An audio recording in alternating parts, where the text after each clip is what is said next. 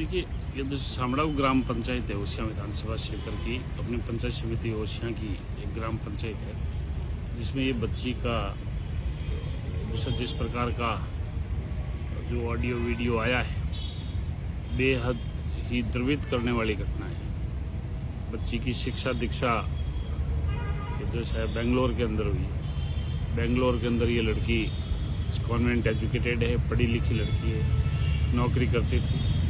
आज से 20-25 दिन पहले मेरे पास में जैसे जानकारी आई कि बच्ची घर से जो गायब है। उसकी ओसिया पुलिस थाने में एमपीआर दर्ज हुई।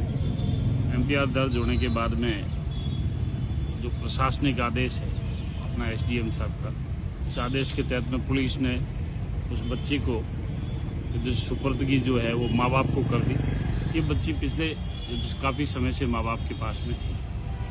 माँ बाप के पास में बच्ची रहते रहते जैसे बच्ची ने 1-2 पेज का जो नोट बनाकर इंग्लिश में उनके एसपी, कलेक्टर, उनके महिला आयोग, उनके समाज कल्याण विभाग, आपके एसपी, आईजी, इनके पास में सबके पास में पत्र भेजा।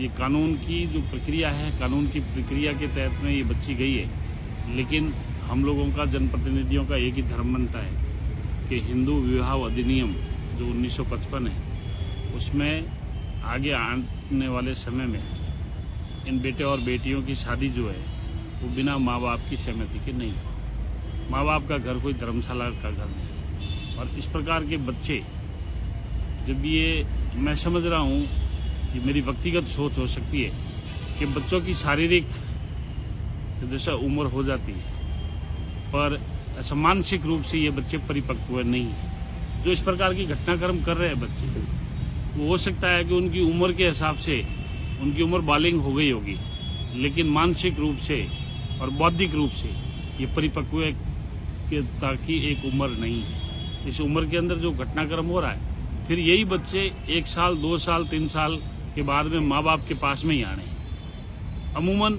हम लोग देखते हैं अड़ोस पड़ोस में जो ये घटनाक्रम हो रहा है, इन घटनाक्रम के बाद में अंततोगत में रिजल्ट यही आता है, बेटा बेटी सब माँ बाप के पास में ही आते हैं। अंतिम उनके सुख दुख का यदि कोई साथी होता है तो माँ बाप ही होता है। मैं समझ रहा हूँ कहीं न कहीं हमारे अपने समाज के अंदर भी कहीं न कहीं सांस्कृतिक मूल्यों की, बोलती सामाजिक मूल्यों की और घरेलू मूल्यों की कहीं न कहीं कोई न कोई कमी खामी है।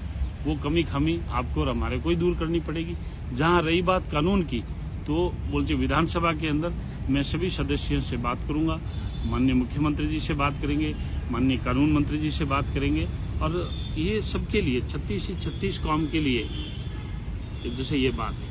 सर, एक बयान भी आपका वायरल हुआ था जिसमें आपने कहा था कि मुझे इस बार विधायक बनने पर दुख है, मुझे खुशी नहीं है, क्योंकि आए दिन मुझे ऐसे मामले देखने और सुनने को मिलते हैं जहां किसी की बेटी किसी के साथ भाग जाती है, किसी की बहू किसी के साथ भाग जाती है, तो कहीं ना कहीं 2 या 3 बच्चों की माँ जो है किसी के साथ भाग जाती है। ये वाकई में ही मैं ये कह रहा हूँ कि जो कवारी बच्चियाँ और शादीशुदा महिलाएं जो 3-3, 4-4 बच्चों की माँ भाग रही है, ये कहीं न कहीं सामाजिक रूप से एक विकृति है। और ये विकृति जो है कहीं न कहीं कोई न कोई कमजोर कानून की वजह से ये विकृति ज्यादा आने लगी। पहले बोलना चाहिए सामाजिक पंचायतियाँ होती थी। सामाजिक पंचायतियों में पूरे समाज के लोगों का डर होता था, एक समाज का भी भय होता था। लेकिन धीरे धीरे जो बोलती कानूनों का डर दिखाकर कहीं न कहीं हमारा सामाजिक ताना बाना कमजोर हुआ है। और जो आपका सामाजिक ताना बाना जब कमजोर हुआ है तो बहुत सारी चीजें, आपकी घरेलू यूनिट है, जो आपकी पारिवारिक संस्था है, वो भी कहीं न कहीं कमजोर हुई। समाज के जो बोलते न्यायपूर्ण बात कहने वाले थे, सामाजिक ताना बाना को ऐसा बरकरार रखने वाले बड़े बुजुर्ग पगड़ी वाले जो पंथ थे, उनकी भी आवाज को कहीं न कहीं एक बोलते विराम लगा है। इसीलिए मैं तो ये चाहूंगा कि इन कानूनों के अंदर भी उस बच्ची के या उस बच्चे के या शादी होती है दोनों ही पक्षों के, वर और वधू के, उन दोनों ही पक्षों में वहाँ सब जगह बड़े बुजुर्ग ऐसे बड़े पंच रहते हैं, तो उनसे भी उनके स्टेटमेंट भी इन कानूनों के अंदर कहीं न कहीं ये जैसा समाहित किए जाने चाहिए, जिससे पारिवारिक सामाजिक और सांस्कृतिक जो मूल्य की धरोहर है उनको हम लोग बचा के रख सके। और हमारा तो राजस्थान का एक बहुत ही गौरवशाली इतिहास है और हिंदू संस्कृति में ये कहा जाता है कि कोई भी महिला आती है अपने ससुराल में तब वो बोलती है कि मैं खड़ी आई हूँ और लेट के जाऊंगी और एक जन्म का भी नहीं 7 जन्मों का मेरा साथ होगा।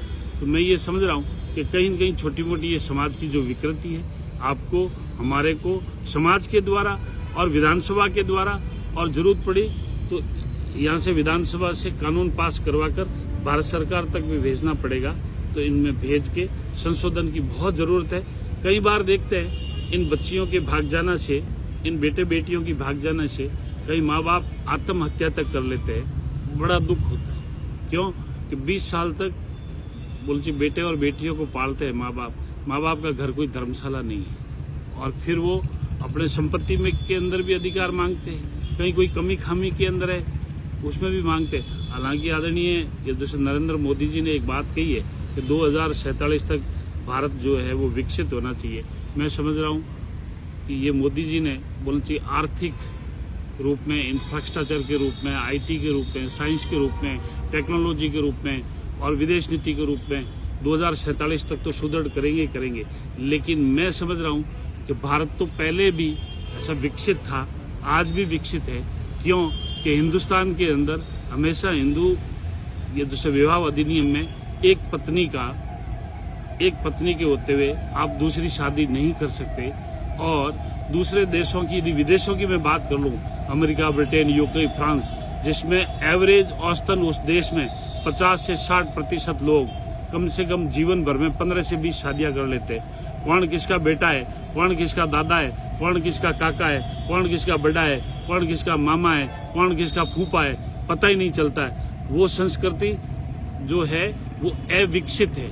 हमारी तो भारत की विकसित सांस्कृतिक हिंदू धरोहर है और हमारी अनमोल धरोहर है। हमें हमारे देश पर गर्व है, हमारी अपनी अनमोल संस्कृति पर गर्व है और हमें हमेशा गर्व रहेगा।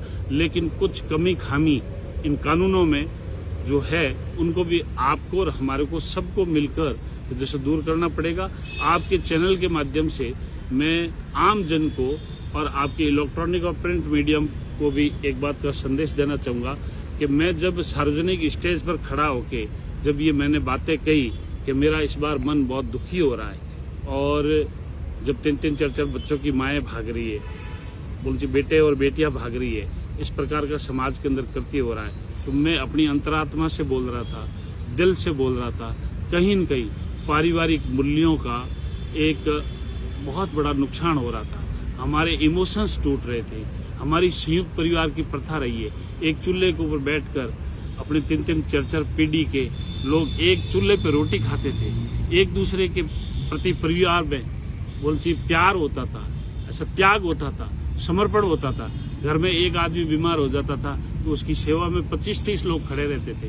एक किसी सदस्य को समस्या हो जाती, पूरा परिवार खड़ा हो जाता। ये कहीं न कहीं जो आपकी संयुक्त परिवार की जो ये यूनिट है, ये टूट कर जो एकल परिवार के अंदर आई है, इस एकल परिवार की वजह से ही ये कहीं न कहीं जो बोलना चाहिए समाज के अंदर जो विकृति फैली है, इसका मूल कारण ये भी है कि संयुक्त परिवार का टूटना और एकल परिवार के अंदर आना। और एकल परिवार के अंदर भी आजकल पति पत्नी का जॉब का हो गया। तो पहले तो छोटे बच्चों को बोलना चाहिए नाना नानी कहानियां सुनाते थे, दादा दादी सुनाते थे, ताऊ जी, बड़ा काका जी, मामा जी, परिवार के बड़े बुजुर्ग लोग जब उन बच्चों को इतनी बढ़िया बढ़िया रामायण की, महाभारत की, परियों की, ऋषियों की, मुनियों की गाथाएं सुनाते थे, तो उनके दिमाग के अंदर एक सांस्कृतिक मूल्य और अनमोल भारत की सांस्कृतिक धाती के बारे में पूरा अवगत कराया जाता था।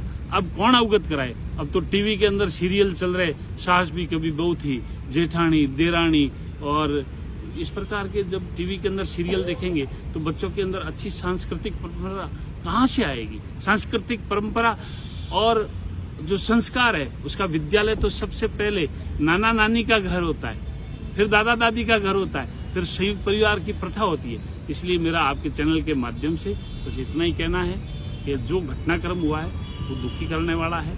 आगे से ऐसे समाज में नहीं हो। आप और हम लोग सब सजग रहे।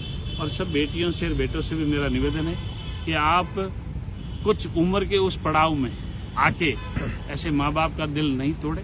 ठीक है, आपकी बोलना चाहिए स्वतंत्रता की अभिव्यक्ति है, आपकी मौलिक अधिकार है, लेकिन माँ बाप के भी कुछ मौलिक अधिकार होते हैं। उन्होंने आपको पैदा किया है, 20 साल तक आपको दिन रात सेवा करके इस योग्य बनाया है, इस दुनिया में लेके आए हैं, तो उनका भी जो मौलिक अधिकार है, उनके माँ बाप के मौलिक अधिकारों के ऊपर बेटा भी कहीं न कहीं उनकी भावनाओं का, उनके इमोशंस का हनन नहीं करे। ये भी जिम्मेवारी हमारे बच्चों की है और बच्चों को सोचना पड़ेगा।